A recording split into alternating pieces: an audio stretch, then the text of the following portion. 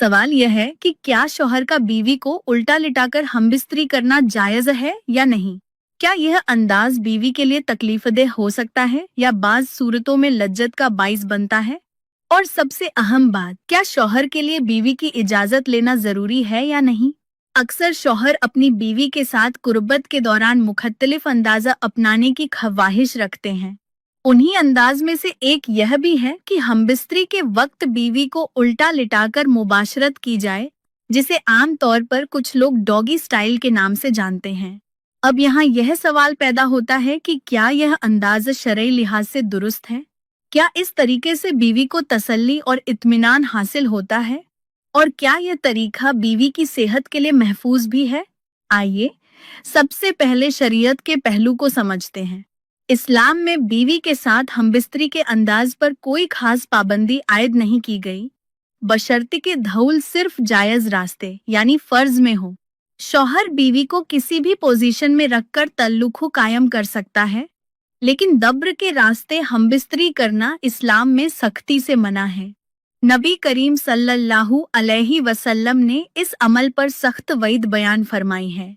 लिहाजा अगर कोई शौहर बीवी को उल्टा लिटाकर हमबिस्तरी करना चाहता है तो यह उसी वक्त जायज होगा जब धूल सिर्फ शरई रास्ते में किया जाए। यह भी एक हकीकत है कि तमाम खवातीन इस अंदाज को यकसां तौर पर पसंद नहीं करती। कुछ खवातीन को इसमें झिझक या शर्म महसूस होती है और कुछ इसे तकलीफदेह समझती हैं, जबकि बाज खवातीन के लिए यह अंदाज़ा खुशगवार भी हो सकता है, क्योंकि इसमें धौल निस्बतन गहरा होता है और बाज के लिए जिस्मानी और जज्बाती तस्कीन का बाइस बनता है। इसी तरह कुछ मर्द इस अंदाज को इसलिए पसंद करते हैं कि इसमें उन्हें ज्यादा कंट्रोल महसूस होता है, और बाज का ख्याल है कि इस तरीके से वो जल्द फारिगन नहीं होते और अपनी बीवी को बेहतर अंदाज में खुश कर सकते हैं।